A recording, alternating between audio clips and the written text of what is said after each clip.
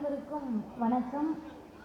மிக சிறப்பாக நடைபெற்று கொண்டிருக்கக்கூடிய திராவிட முன்னேற்ற கழகத்தினுடைய பவள விழா, திராவிட முன்னேற்ற கழகத்தினுடைய முப்பெரும் விழா, தந்தை பெரியாரின் பிறந்த நாள், பேரறிஞர் அண்ணாவினுடைய பிறந்த நாள், திராவிட முன்னேற்ற கழகத்தினுடைய தொடக்க நாள் என்று 3 மிக முக்கிய நிகழ்வுகளை தமிழ்நாட்டுக்கு மட்டுமல்ல ஒட்டுமொத்த இந்தியாவிற்கும் வழிகாட்டக்கூடிய திராவிடத்தின் மிக முக்கிய மாதமான திராவிட மாதத்தில் இந்த நிகழ்வை ஏற்பாடு செய்து தலைமையேற்று நடத்தி கொண்டிருக்கக்கூடிய சென்னை கிழக்கு மாவட்ட மகளிரணி அமைப்பாளர் பெருமதிப்பிற்கும் மரியாதைக்கும் உரிய சகோதரி சுதா தீனதயாளன் அவர்களே, இந்த நிகழ்வில் பங்கேற்று பெருமை சேர்க்கக்கூடிய திராவிட முன்னேற்ற கழகத்தின் பொறியாளர் அணி இணை செயலாளரும் சட்டமன்ற உறுப்பினருமான பெருமதிப்பிற்கும் மரியாதைக்கும் உரிய சகோதரர் வெற்றி அழகன் அவர்களே, நாங்கள் எல்லாம் பார்த்து பார்த்து மகிழக்கூடிய தற்போது கடந்த 3 சம்பவங்களில் சென்னை மாநகராட்சியில் எதிரணியில் ஒத்தையாக நின்றாலும் சரி, மொத்தமாக வந்தாலும் சரி, தன்னுடைய பதிலால் அவர்களை திணறடிக்கக்கூடிய வேலையை திறம்பட செய்து கொண்டிருக்கக்கூடிய வணக்கத்திற்குரிய மேயர் பெருமதிப்பிற்கும் மரியாதைக்கும் உரிய சகோதரி பிரியா ராஜன் அவர்களே, இந்த நிகழ்வு மட்டுமல்ல, முத்தமிழறிஞர் கலைஞருடைய பிறந்த நாள், தமிழ்நாட்டின் முதலமைச்சருடைய பிறந்த நாள், மாண்புமிகு தமிழ்நாட்டின் துணை முதலமைச்சருடைய பிறந்த நாள் என்று வருடத்திற்கு 3 முறை தொடர்ந்து 5 கூட்டம் 6 கூட்டம் அல்ல, நடத்தினா மொத்தமாக தான் நடத்துறது என்று 100 கூட்டங்களை ஒரு மாதத்தில் நடத்தி மகளிருக்கென்று தனி நிகழ்ச்சி, மருத்துவர் அணி என்று தனி நிகழ்ச்சி, சட்டத்துறைக்கென்று தனி நிகழ்ச்சி, எங்களை போன்ற முற்போக்காளர்களுக்கென்று தனி நிகழ்ச்சி, ஆன்மீக சொற்பொழிவுக்கென்று தனி நிகழ்ச்சி என்று அனைத்து துறைகளை சார்ந்தவர்களையும் மேடையில் ஏற்றி கொஞ்சம் கூட அசராமல் திணறாமல் அனைத்து நிகழ்ச்சிகளையும் திறம்பட நடத்துவது மட்டுமின்றி எந்த இடத்தில் அதிகம் கொள்ளையடிக்க முடியும் என்று ஆரியம் நினைத்ததோ அந்த கோவில்களில் இன்றைக்கு அவர்களுடைய கொட்டத்தை அடக்கி இருக்கக்கூடிய சென்னை கிழக்கு மாவட்ட கழகத்தின் செயலாளரும் இந்து சமய அறநிலையத்துறையினுடைய அமைச்சருமான பெருமதிப்பிற்கும் மரியாதைக்கும் உரிய அண்ணன் சேகர்பாபு அவர்களுக்கும், இந்த மேடையில் இதை சொன்னால் சரியாக இருக்குமா என்று எனக்கு தெரியாது, ஆனாலும் சொல்லாமல் என்னால் செல்ல முடியாது. தந்தை பெரியார் ஜாதி சங்கங்களுக்கு சென்று ஜாதி ஒழிப்பை பற்றியே பேசினார் என்று புத்தகங்களில் வாசித்திருக்கிறோம். ஆனால் இன்றைக்கு அதே ஜாதி சங்க கூட்டத்திற்கு சென்று மனிதர்களுக்கு அடையாளம் அறிவுதானே தவிர ஜாதி கிடையாது என்பதை முழங்கக்கூடிய ஆற்றல் பெற்று நாடாளுமன்றத்திலும் மக்கள் மன்றத்திலும் மகளிரின் குரலாய் எந்நாளும் ஒலிக்கக்கூடிய திராவிட முன்னேற்ற கழகத்தின் துணை பொதுச் செயலாளரும் நாடாளுமன்ற உறுப்பினருமான பெருமதிப்பிற்கும் மரியாதைக்கும் உரிய சகோதரி அக்கா கனிமொழி அவர்களுக்கும், இந்த நிகழ்வில் பங்கேற்றிருக்கக்கூடிய என்னோடு வருகை தந்திருக்கக்கூடிய திராவிடர் கழகத்தின் மாவட்ட செயலாளர் ஐயா அன்புச்செல்வன் அவர்கள் உள்ளிட்ட அனைத்து மகளிரணி தோழர்களுக்கும், இந்த நிகழ்வை சிறப்பாக ஏற்பாடு செய்திருக்கக்கூடிய அனைவருக்கும் நான் சார்ந்திருக்கக்கூடிய திராவிடர் கழகத்தின் சார்பிலே அன்பு வணக்கம். எல்லாருமே ரொம்ப வைப்பில் இருக்கீங்க. அந்த வைப்புக்கு காரணம் 2. 1, இந்த நிகழ்ச்சியில் இல்லை, நான் இந்த கிழக்கு மாவட்டத்தை பொறுத்தவரை நான் 9 நிகழ்ச்சி என்று சொன்னேன். அண்ணன் சரியாக நினைவு வைத்து இல்லை இது 10வது கூட்டம் உனக்கு என்று சொன்னார். இந்த 10 கூட்டத்திலும் நான் பார்த்திருக்கிறேன். மகளிர் கொஞ்சம் கடைசி ஆகிறப்பயாவது சோர்வடைவார்கள். ஆனால் எவ்வளோ நேரம் உட்கார வச்சாலும் அவருக்காகவா என்னன்னு தெரியல, மகிழ்ச்சியோடு ஆரவாரத்தோடு உட்கார்ந்திருக்கக்கூடிய மகளிர் 1. 2வது உங்களுக்கு என்ன வைப்புன்னு கேட்டால், அக்கா கனிமொழி அவர்களை நீங்கள் பார்க்கக்கூடிய சூழல் உங்களுக்கு நாள்தோறும் தினந்தோறும் அமையாது. எனவே அவர் வருகிற போது அந்த வைப்பு உங்களுக்கு குறையாம இருக்கு. இந்த வைப்பை கொஞ்சம் கூட குறைக்காம நான் மேடையை அவருக்கு ஒப்படைப்பதுதான் சரியானதாக இருக்கும். எனவே ஏற்கனவே 5 நிமிடம் முடிஞ்சிருச்சு. 15 நிமிடத்தில் என்னுடைய உரையை முடித்து விடுவேன். அருமை சகோதரிகளே, வந்து உட்கார்ந்தவுடனே திமுக முப்பெரும் விழா, தந்தை பெரியாருடைய பிறந்த நாள், பேரறிஞர் பெருந்தகை அண்ணாவுடைய பிறந்த நாள், திராவிட முன்னேற்ற கழகம் தோன்றிய நாள், இது மூன்றையும் இணைத்து நிகழ்ச்சி நடத்துறோம் அப்படின்னு சொன்னா நமக்கு எதிர் சித்தாந்தத்திலையும் பிஜேபி இருக்கு, ஆர்எஸ்எஸ் இருக்கு, சங் பரிவார் கூட்டங்கள் இருக்கு. இவங்க எல்லாருக்கும் அதே மாதிரி ஒரு விழா இருக்கும். இப்ப நமக்கு தலைவர் தந்தை பெரியார், பேரறிஞர் அண்ணா, கலைஞர் இவங்கெல்லாம் இருக்காங்கன்னு சொன்னா அதே மாதிரி அவங்களுக்கும் இருக்கும்ல. நீங்க எல்லாரும் எத்தனை பேர் வில்லிவாக்கத்துல இருந்து வந்திருக்கீங்க, ஐசிஎஃப்ல இருந்து வந்திருக்கீங்க, கொளத்தூர்ல இருந்து வந்திருக்கீங்க, எல்லாருமே நாள்தோறும் பயணிக்கக்கூடியவர்கள் தான். ஏதாவது ஒரே ஒரு நாள் இந்த மாதிரி கூட்டம் போட்டு அரங்கத்திலேயோ இல்லை பெரிய நிகழ்ச்சி ஏற்பாடு செய்து 100 நாட்கள் எங்க கட்சியோட சிறப்பை பத்தி பேசுறோன்னு திராவிட முன்னேற்ற கழகத்தை தாண்டி, திராவிடர் இயக்கத்தை தாண்டி எதிரணியில் இருப்பவர்கள் கூட்டம் நடத்தி நீங்க பார்த்துருக்கீங்களா? இல்லை. ஏன் நடத்த முடியாதுன்னா 100 நாள் அல்ல, வருடம் முழுவதும் பேசுவதற்கு நமக்கு கொள்கை இருக்கிறது. ஒரு நாள் கூட பேசுவதற்கு அவர்களுக்கு கொள்கை இல்லை. அப்ப அந்த கொள்கையின் வயப்பட்டு இருப்பதால் தான் நமக்கு இந்த பெருமையை தவிர, பெரியாரை, அண்ணாவை, கலைஞரை, பகுத்தறிவை பேசுவதால் தான் தமிழ்நாட்டுக்கு இந்த பெருமையை தவிர எதிர் சித்தாந்தத்தில் இருக்கவங்களுக்கு அது புரியாது, கிடைக்காது. அப்ப நம்ம எப்படி இருக்கணும்? இந்த முப்பெரும் விழா 75வது ஆண்டு. சாதாரணமா ஒரு கட்சியை முதல்ல வராங்க, கொடிக்கு பிறகுதான் கொள்கையை சொல்லுவேன்றாங்க. ஏன்னா தெரியாது, கொள்கையை சொல்ல முடியாதவனால கட்சியை ஆரம்பிக்காம ஓடுறவங்க இருக்காங்க 2022, 24 கூட. ஆனா 1925 பெரியார் சுயமரியாதை இயக்கத்தை தோற்றுவிக்கிறார். 100 ஆண்டு திராவிடர் கழகத்துக்கு இந்த ஆண்டு, சுயமரியாதை இயக்கத்துக்கு. 1949 பேரறிஞர் அண்ணா திமுக ஆரம்பிக்கிறாரு.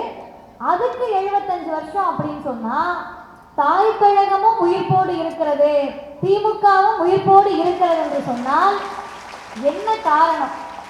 எப்படி இருக்க முடியும்? 75 வருஷம் ஒரு கட்சி இருக்கிறது கூட பெருசு இல்லை. எங்க தலைவர் கலைஞர் ஆட்சியில் இருந்தாலும் இல்லைனாலும் நாங்கள் அவர் பக்கம்தான் நிற்போம்னு நீங்க நிற்கிறீங்கல்ல, அது சாதாரணமானது அல்ல. எப்படி அது சாத்தியம்?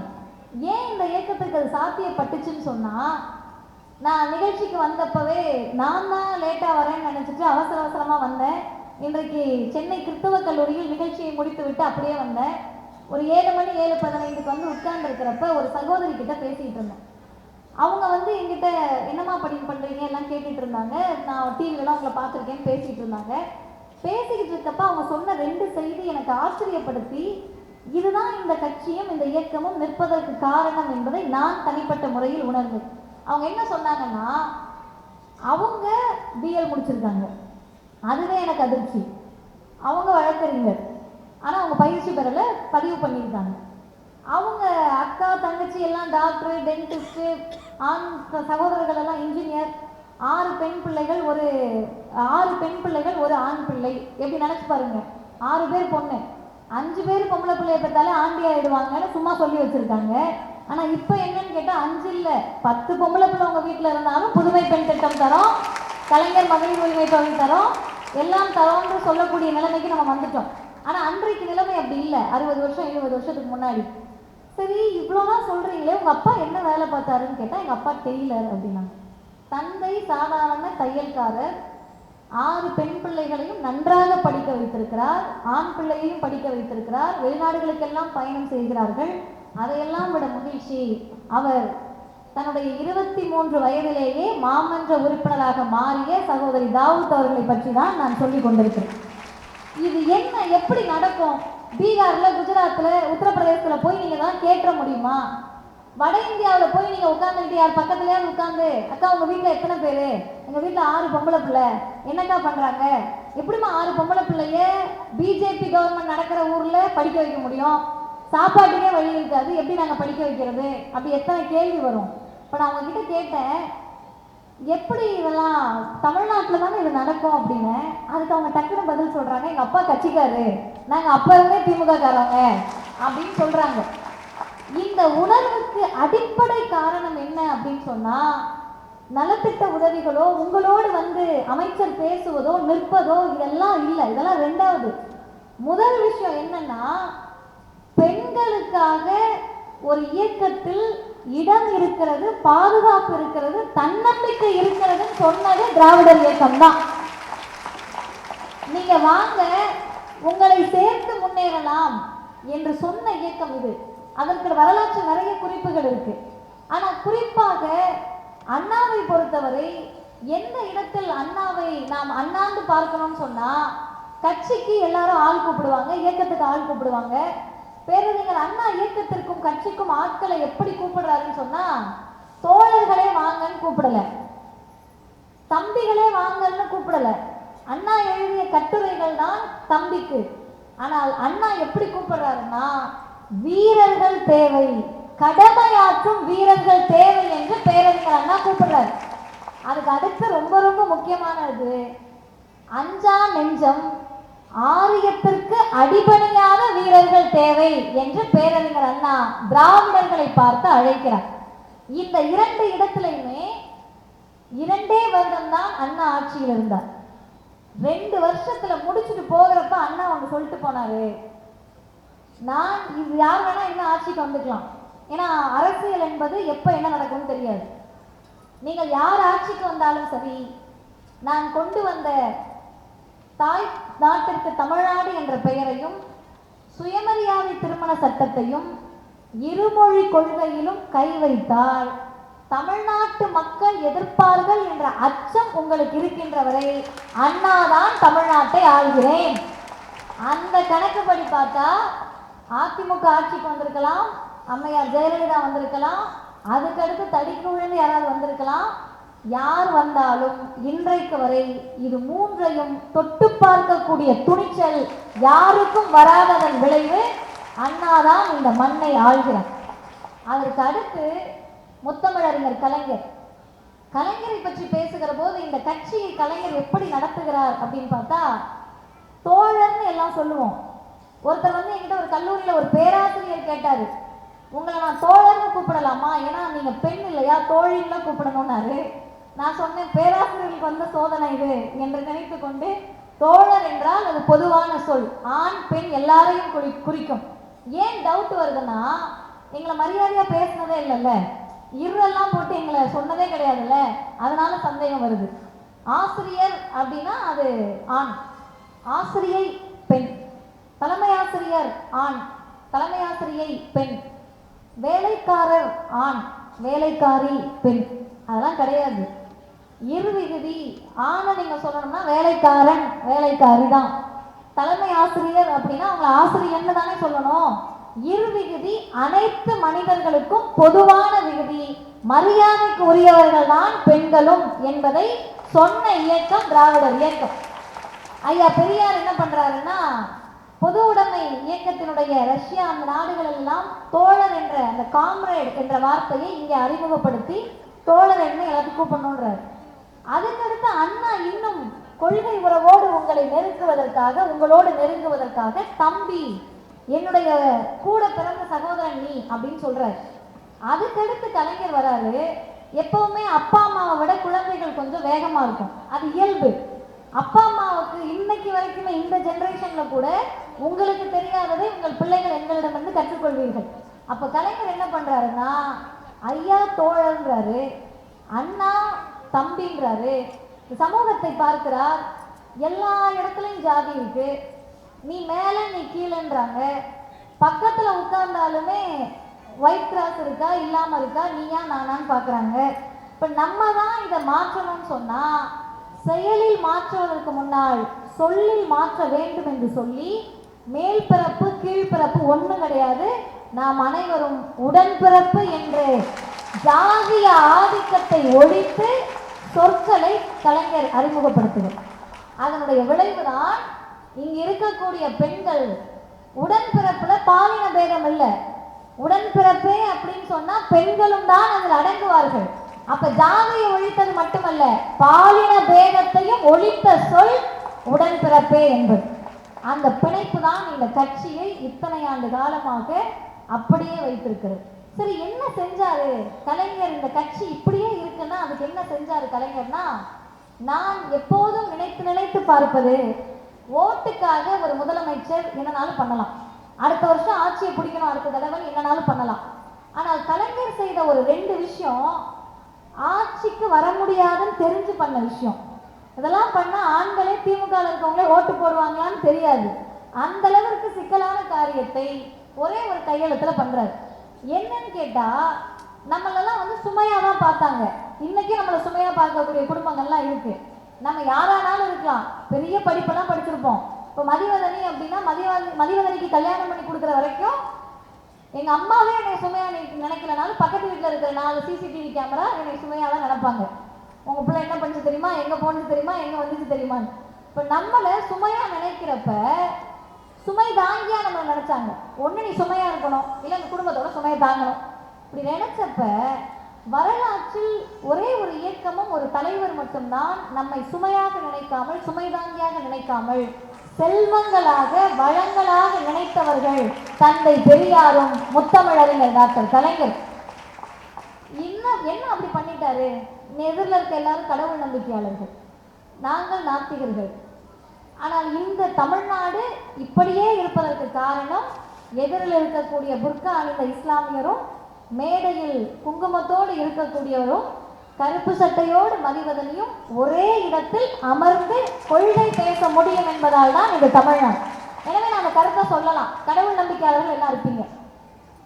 செல்வத்துக்கு பணத்துக்கு கடவுள் என்னமா? லட்சுமி தானம்மா? டிபார்ட்மெண்ட்லாம் மாறல, லட்சுமி தான். அப்ப செல்வத்துக்கும் பணத்துக்கும் கடவுளே லட்சுமி. ஆனா லட்சுமின்னு பேர் வச்ச அம்மாவுக்கு கூட தமிழ்நாட்டில் சொத்துல உரிமை கிடையாது. அது சோகம் தானே, அது அவங்களுக்கே புரியல. ஐயோ, நம்ம பேரே லட்சுமி, நமக்கே லட்சுமியில சொந்தம் இல்லையான்னு அவங்களுக்கு தெரியல. 1929 ஏறக்குறைய 96 ஆண்டுகளுக்கு முன்னால் ஒரு தலைவர் தீர்மானம் போடுகிறார். தந்தையின் சொத்தில், தகப்பன் சொத்தில் ஆணுக்கு சமமாக சரிசமமாக பெண்ணுக்கும் சொத்தில் உரிமை வேண்டும் தீர்மானம் போட்ட தலைவர் தந்தை பெரியார். கலைஞருக்கு வயசு 5. 1924 தான் கலைஞர் பிறந்தார். ஒருபோதும் பெரியார் நினைத்திருக்க மாட்டார், வாக்குக்காக ஓட்டுக்காக ஆண்களே அச்சப்பட்டு சொந்த தங்கச்சிக்கு சொத்து கொடுக்க மாட்டார். அண்ணன் பெத்த பிள்ளைக்கு அப்பா சொத்து கொடுக்க மாட்டாரு. நீ என்ன கொடுக்கிறது? அவர்கள் தமிழ்நாட்டு மகள்கள் என்று சொல்லி பெண்களுக்கு சொத்தில் சரிசம உரிமை உண்டு என்ற சட்டத்தை 1989 கலைஞர் கொண்டு வந்தார். இன்னொன்று என்னன்னு கேட்டீங்கன்னா, இந்த இடத்துல நம்ம எல்லாம் உட்காந்துருக்கோம், பக்கத்தில் இருக்கவங்க என்ன சமூகம்னு நமக்கு தெரியாது, பேசுகிற மனிதன் யாருன்னு உங்களுக்கு தெரியாது. இதே நீங்கள் வட இந்தியாவில் போய் பக்கத்தில் உட்காந்தீங்கன்னா பேரை கேட்டிங்கன்னாவே ஜாதியை கண்டுபிடிச்சிடலாம். ஏன்னா பேர் சின்னதாக இருக்கும், 2 எழுத்துல 2 சொற்கள்ல. பின்னாடி இருக்கிற ஜாதி பேர் நீளமாக இருக்கும். நமக்கு பேர் சின்னதாக இருக்கும், படித்த பட்டம் வரிசை கட்டி இருக்கும். அதுதான் வட இந்தியாவுக்கும் தமிழ்நாட்டுக்கும் உள்ள வேறுபாடு.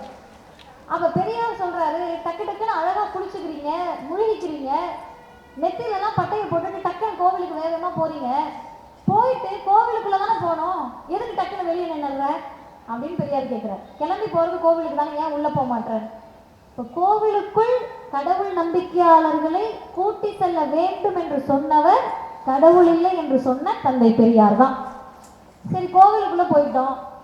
நேற்று ஒரு பையன் இளைஞரணி சார்பில் நடந்த பேச்சு போட்டியினுடைய பயிற்சி வகுப்பு. அந்த தம்பியினுடைய பெயர் காத்தவராயன், 10ஆம் வகுப்பு தான் படிக்கிறார். இப்போ நான் அவன்கிட்ட கேட்டேன், உனக்கு பிடிச்ச சாமி எதுன்னு கேட்டேன். காத்தவராயன் தான் பிடிக்கும்னாரு. காத்தவராயன் தான் பிடிக்குமா? நான் என்ன காரணம்னு சொல்லட்டான்னு. சொல்லுங்க பார்ப்போம் அப்படின்னா. உங்கள் காத்தவராயனை அவனுக்கு ரொம்ப கஷ்டமாக இருந்தால் போய் கட்டி பிடிச்சி கூட அழுகலாம்லன்னு. ஆமாம் அப்படின்னா. கண்ணத்தை கூட கிள்ளலாம்லன்னு. ஆமான்னா. காத்தவராயனுக்கு பிடிச்சதெல்லாம் சமைச்சு கொடுத்து நீயும் அங்கேயே போய் உட்காந்து சாப்பிட்லாம்லன்னு. ஆமான்னா. காத்தவராயன்ட்டையும் உங்கள் ஊர் முனியானிட்டையும் உங்கள் ஊரில் இருக்கக்கூடிய மாரியம்மன்ட்டையும் பக்கத்தில் போக முடியும். பெரிய பெரிய ஆலயங்களில் கோவில்களில் உங்களுக்கு பிடித்த கடவுளே இருந்தாலும் பக்கத்தில் போக முடியாது என்று இருந்த நிலையை மாற்றி கடவுள் நம்பிக்கையாளர்கள், ஜாதியின் மீது நம்பிக்கை வைத்திருக்கக்கூடியவர்கள் எனக்கு ஓட்டே போடலனாலும் சரி, மனிதர்களின் சுயமரியாதை தான் முக்கியம் என்று அனைத்து ஜாதியினரும் அர்ச்சகராக வேண்டும் என்று சட்டத்தை போட்ட தலைவர் முத்தமிழறிஞர் டாக்டர் கலைஞர். பெரியாரினுடைய சிந்தனைக்கு, தீர்மானத்திற்கு செயல் வடிவம் கொடுத்தார். சரி, முடிஞ்சு போச்சுல்ல, பெரியார், அண்ணா, கலைஞர் அதோடு முடிஞ்சிருச்சுல்ல, இனி யார் வரப்போறா அப்படின்றது தானே படத்தோட கிளைமேக்ஸ். எல்லாம் இறந்துட்டாங்க, ஜாலி ஜமாய்க்கோவா இருக்கலான்ட்டு எதிர்த்தரப்புல இருக்கவங்க ஜாலியா இருக்காங்க. எதிர்த்தரப்புல ஜாலியா இருந்த உடனே எதிர்த்தரப்புல இருக்கவங்களே சொல்றாங்க, ஸ்டாலின் இஸ் மோர் டேஞ்சரஸ் தான் கலைஞர் கருணாநிதி. அப்படி என்ன டேஞ்சரஸா அவர் வேலை பார்த்தாருன்னு 2 செய்திகளோடு நான் நிறைவு செய்கிறேன். என்ன செஞ்சாருன்னா, பெருசா ஒன்றும் செய்யல. இந்தியா முழுவதும் முதலமைச்சர்கள் இருக்கிறார்கள், இந்தியா முழுவதும் தலைவர்கள் இருந்தார்கள். ஒரு கட்சிக்கும் ஒரு தலைவர் இருக்கு, ஒரு மாநிலத்திற்கும் உழைத்த தலைவர்கள் இருக்கிறார்கள். ஆனால் எந்த நாட்டு முதலமைச்சரும், எந்த மாநில முதலமைச்சருமே இந்த தலைவர் தான் எங்கள் கட்சியை வழிநடத்துகிறாருன்னு பிரகடனப்படுத்த முடியலை. ஆனால் ஒரே ஒரு முதலமைச்சர் மட்டும்தான் இந்தியாவிலேயே கொள்கையை சொல்லி எங்கள் பாதையை தீர்மானிப்பது தந்தை பெரியார் தான் என்று துணிச்சலோடு சொன்னவர் தமிழ்நாட்டினுடைய முதலமைச்சர். இதை சொன்னா ஒன்றிய அரசு கிட்ட இருந்து என்ன நெருக்கடி வரும்னு நம்மளை விட அவருக்கு நல்லா தெரியும். சும்மாவே நிதி கொடுக்க மாட்டாங்க, பெரியார் பேரை சொன்னா நிதியே கொடுக்க மாட்டாங்கன்னு அவருக்கு தெரியும். பட்ஜெட்ல தமிழ்நாட்டுக்கு அவங்க கொடுத்த நிதி முட்டை 0. அதை பெருமையா வேற பேசுறாங்க, எவ்வளவு செஞ்சோம் தெரியுமா, எவ்வளவு செஞ்சோம் தெரியுமான்னு. பாம்பு இருக்கு பாக்குறியா காட்டினா தானே, எங்க கொடுத்த நிதியை கொடுத்தனா எங்க கொடுத்த இல்ல. சரி, இதெல்லாம் கொடுக்கலன்னா இவரை அடக்கிடலான்னு பார்த்தாங்க. அதுக்கு அடுத்த நாள் ஒரு அனௌன்ஸ்மெண்ட் வருது, அரசு பள்ளிக்கு மட்டும் போயிட்டு இருந்த காலை உணவு திட்டத்தை பட்ஜெட்ல நிதி நிறுத்தின பிறகு அரசு உதவி பெறும் பள்ளிகளுக்கும் காலை உணவு திட்டத்தை விரிவுபடுத்துகிறார். அதுக்கு அடுத்து கல்வியில கை வைக்கணும்னு புதிய கல்விக் கொள்கையை நீ ஏற்றுக்கலன்னா நிதி தர மாட்டேன்னு ஒன்றிய அரசு சொல்லுது. புதிய கல்விக் கொள்கையை பற்றி தயவு செய்து தாய்மார்கள் இங்க இருக்கவங்க தெரிஞ்சுக்கங்க.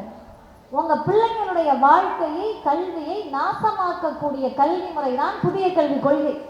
இதை நீ ஏற்றுக்கலன்னா நிதி தர மாட்டேன்றாங்க. முதலமைச்சர் நீ தரலன்னா பரவாயில்லன்னு சொல்லிட்டு அடுத்த நாளே நான் முதல்வன் திட்டத்தின் அடிப்படையில் கல்லூரியில் இருக்கக்கூடிய பிள்ளைகளுக்கு வேலை வாய்ப்பை உருவாக்கி தருகிறார். பயத்தை கொடுக்காதா? எதிரில் இருக்கவங்க நம்மளை அழிப்பதற்காக பிஜேபியும் ஆர்எஸ்எஸும் சங்க பரிவார் கூட்டமும் ஆரியமும் நம்மளை எதிர்த்து நிற்கிற போது ஆயுதத்தோடு வராங்க, சொற்களோடு வராங்க, நிதியை தரமாட்டேன்றாங்க. நிதியமைச்சர் நம்ம அன்ன போஸ்ட் ஒரு தேர்தலையும் அவங்க சந்திச்சது கிடையாது. அன்ன போஸ்ட் நிர்மலா சீதாராமன். அப்படி அன்ன போஸ்டா கூட நம்ம ஆக முடியாது, அவங்க தான் ஆக முடியும். அப்படி ஆனவங்க எதையும் தரமாட்டேன்னு சொன்னாலும் கூட இந்த முதலமைச்சர் மட்டுமல்ல, கலைஞரும் சரி இவரும் சரி ஒன்றில் உறுதியாக இருக்கிறார்கள். எது நடந்தாலும் நடக்காவிட்டாலும் சரி, என் மக்களுக்கு ஆக கடைசி தமிழருக்கும் கல்வியை கொண்டு போய் சேர்த்தே தீர்வோம் என்று சொல்லுவதால் தான் இந்த இயக்கம், இந்த கட்சி நீடித்து நிற்கிறது. இனிமேல் வரக்கூடிய ஆபத்துகள் மிகப்பெரிய ஆபத்துகள். கண்ணுக்கு தெரிந்து வரும், தெரியாம வரும், என்னென்னமோ வடிவத்தில் வரும், என்னென்னமோ நிறத்தில் வரும், யார் யார் மூலமாகவோ வரும்.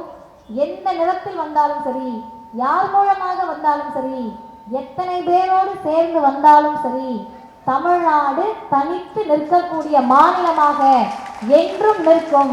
அதற்கு அரணாக திராவிடர் கழகம், திராவிட முன்னேற்ற கழகத்தோடு நிற்கும் என்று எங்கள் தலைவர் ஆசிரியர் சொன்னதை சொல்லி நிறைவு செய்கிறேன். நன்றி, வணக்கம்.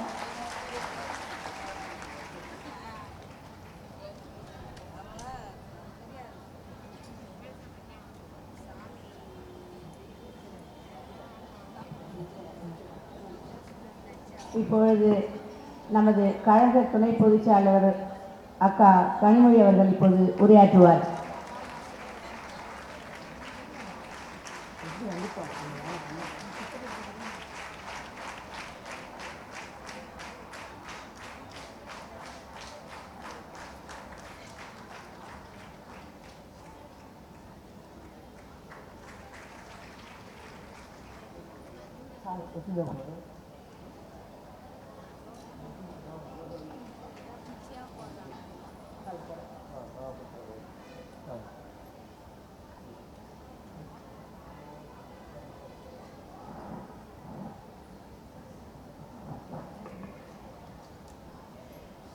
போமா